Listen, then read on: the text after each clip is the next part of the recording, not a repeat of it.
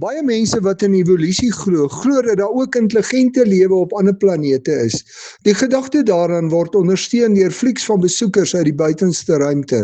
Sommige opnames sê selfs dat 8 uit 10 van alle mense glo in buiteaardse wesens. Die vraag is, wat sê die Bybel daaroor? Die Bybel sê dat lewe slegs deur God geskep word. As daar dus lewe op ander planete is, moes dit deur God geskep word. Maar die Bybel sê vir ons niks oor lewe op ander planete nie. In Jesaja 34 vers 4 en ook in Openbaring 6 vers 14 hoor ons dat al die hemelliggame sal wegsmelt en soos 'n boekrol opgerol word. God se oordeel sal dus ook hierdie vreemde wesens, as daar is, se woonplek tref as gevolg van die vloek wat die wêreld getref het met Adam en Eva se sonde. Judas 1 vers 6 verwys na Genesis 6 vers 1 tot 4, waar gevalle engele of demone hul grense oorskry en kinders by mense het. Let op, daar word spesifiek gesê dat die reuse mense was. Hulle was dus nie vreemde wesens nie.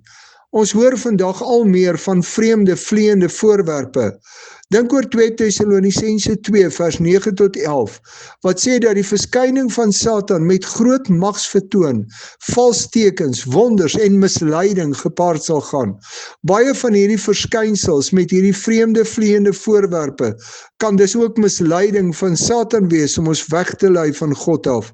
Die gevaar is groot dat ons kop so besig kan hou met allerhande vrae en nonsens oor vreemde wesens, dat ons vergeet dat God by ons is en ons deur Christus saam met hom kan leef.